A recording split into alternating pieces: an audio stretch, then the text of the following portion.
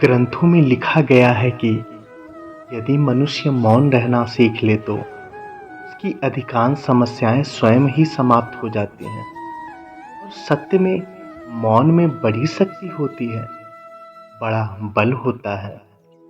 किंतु वो बल इस काम का जो समय आने पर आपके काम ही ना आए। क्या सदा मौन रहना उचित है? नहीं। इतिहास साक्षी है। संसार में अधिक विपदाएं इसलिए आईं क्योंकि समय पड़ने पर मनुष्य उसका विरोध नहीं कर पाया, मौन रहा। यदि मौन रहना शस्त्र है तो उसका सही समय पर उपयोग करना भी आवश्यक है। यदि अकारण मौन रहोगे तो बुरे तत्व उसे सहमति समझ लेते हैं। फिर धीरे धीरे वो आपका स्वभाव बन जाता है, आपका अभ्यास हो जाता है और फिर आपका व्यक्तित्व एक साधारण से पाषाण की भांति बन जाता है। अपनी वाणी का आवश्यकता पड़ने पर सदुपयोग कीजिए। वाणी को कब वश में रखना है और कब मौन नहीं रहना है, इससे भी महत्वपूर्ण है ये समझना कि उसे कब छोड़ना है। मनुष्य की सोच संसार का सबसे गहन या कहो सबसे कठिन भाव है। कभी क्या होने के पश्चात ये मन क्या सोच बैठेगा, ये कहना संभव है। और यही सोच कई बार हमारे मन में हीन भावना पैदा कर देती है। हम सदा हमसे ऊपर की श्रेणी के व्यक्तियों को देखते हैं, उनके जीवन का विश्लेषण करते हैं और फिर स्वयं को हीन समझ लेते हैं। इसके पास इतना धन है, उसके पास कितना बल है और मेरे पास कुछ भी नहीं। मैं कितना हीन व्यक्ति हूँ, संसार के लिए मैं कुछ भी नहीं हूँ। होता है ना ऐसा? किंतु ऐसा नहीं है। आपके पास भी बहुत कुछ है। पलट के देखिए, किसी भूखे व्यक्ति को केवल एक रोटी मिल जाए तो भले ही दूसरों के लिए वो अन्न का दाना होगा, किंतु उसके लिए वो भोज से कम नहीं। इसलिए जब भी मन में हीन भावना जागे, अपनों की ओर देखिए, उनकी ओर पलटिए। आपको विश्वास हो जाएगा कि भले ही आप ये मानते हो कि इस संसार के लिए आप कुछ भी नहीं हैं, लेकिन कुछ लोगों के लिए आप संपूर्ण संसार हैं। तो जो आपका संसार है उसमें प्रसन्न रहना सीखिए। किसी सुंदर पुस्तक को देख करके ये इतना सुंदर आवरण है, सजाए हुए पृष्ठ हैं, किंतु क्या ये सत्य में अद्भुत पुस्तक कहलाने की पात्र है? क्या इसमें जो लिखा है वो सत्य है, प्रेरणादायी है, हमारे लिए मूल्यवान है? कैसे निश्चय लिया जाए इस बात का? अब आप सोचेंगे सीधी सी बात है, आवरण को देख के पुस्तक की गुणवत्ता कैसे जानी जा सकती है? इसके लिए तो आपको उसे पढ़ना होगा, उसे समझना होगा, समय देना होगा, है ना? बिल्कुल उचित सोच रहे हैं आप। बस आश्चर्य की बात यह है कि पुस्तक के विषय में आप ये सारी बातें जानते हैं, किंतु किसी व्यक्ति के विषय में आप ये सारी बातें मन में नहीं लाते।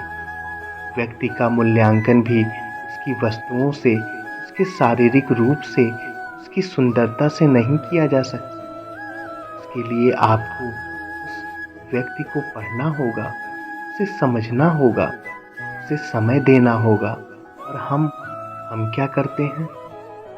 पहनावे, रंग, सुंदरता को देख के आकर्षित हो जाते हैं, उसे प्रेम समझ बैठते हैं और आए दिन कोई ना कोई ये कहते सुनाई देता है कि उसकी प्रेम कहानी सफल नहीं हो पाई, उसे छल मिला। किंतु इसमें दोष किसी और का नहीं, स्वयं आपका है।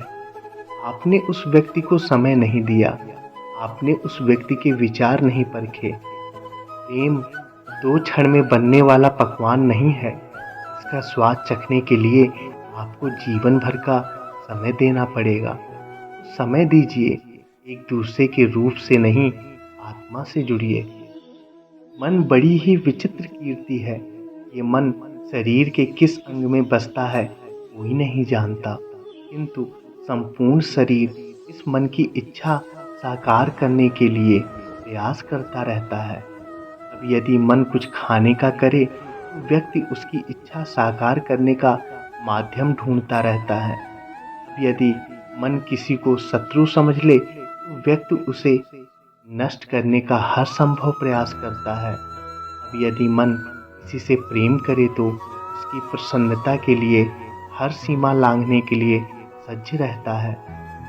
परंतु जीवन सुखद हो इसके लिए ये आवश्यक है कि मन खाली रहे, बांसुरी की भांति।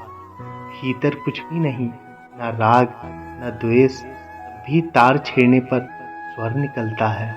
इसी प्रकार मन को भी भावनाओं से मुक्त रखना आवश्यक है। स्मरण रखिए, मन में कुछ भर कर जियोगे तो मन भर के जी नहीं पाओगे। जब से मनुष्य जाति का अस्तित्व बना है तभी से युद्ध भी अस्तित्व में आया। युद्ध जो कभी धन का द्वंद्व बन के सामने आता है, कभी सुरक्षा का हथियार बनकर, कभी विजय की भूख के लिए, कभी पराजय टालने के लिए। किंतु वास्तविकता तो यही है कि आपको आगे बढ़ना है तो बाधाओं से युद्ध तो करना होगा, परंतु युद्ध के लिए सज्ज रहना इतना महत्वपूर्ण नहीं है जितना महत्वपूर्ण है ये समझना कि युद्ध को टाला जा सकता है। क्योंकि सबसे सफल युद्ध वही होता है जो कभी लड़ा ही ना जाए।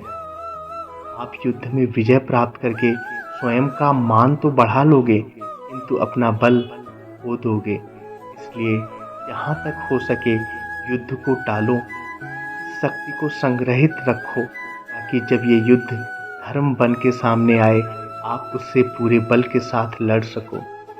संसार में सबसे बड़ी शक्ति क्या है? अब आप में से कुछ कहेंगे शस्त्र की, कुछ कहेंगे शास्त्र की, कोई कहेगा बुद्धि की, कोई कहेगा बल की, किंतु ये सब अधूरे हैं।